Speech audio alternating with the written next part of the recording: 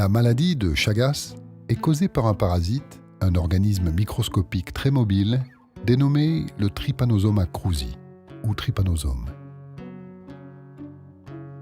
La transmission du parasite se fait par un vecteur, une punaise appelée triatome, surnommée vinchuca en Amérique latine. Cette punaise se cache dans les murs des maisons, entre les pierres ou sous les toits de paille. La nuit, la vinchuca sort de sa cachette pour se nourrir de sang humain. Après son repas, elle défèque à côté de la piqûre.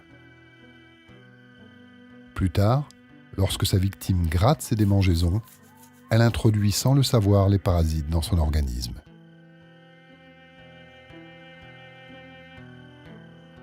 Le parasite de la maladie de Chagas se transforme tout au long de son cycle de vie. Les parasites pénètrent dans les cellules des tissus et se multiplient avant de passer dans le sang. Une fois dans le sang, les parasites vont à nouveau infecter d'autres cellules.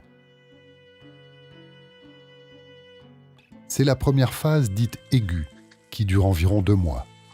Ce n'est que lors de cette phase caractérisée par une grande quantité de parasites dans le sang que l'on peut diagnostiquer la maladie.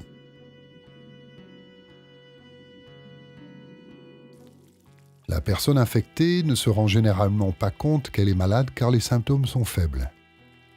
Faible fièvre, maux de tête, pâleur, petite douleur musculaire. Il existe bien des symptômes très caractéristiques mais plutôt rares. Une lésion cutanée au niveau de la piqûre ou bien un gonflement de la paupière de l'œil, appelé signe de Romagna. Ensuite, rien. C'est la phase chronique asymptomatique. Pendant des années, parfois même des dizaines d'années après l'infection, il n'y a plus aucun symptôme apparent. La maladie mérite bien son surnom de « tueur silencieux ».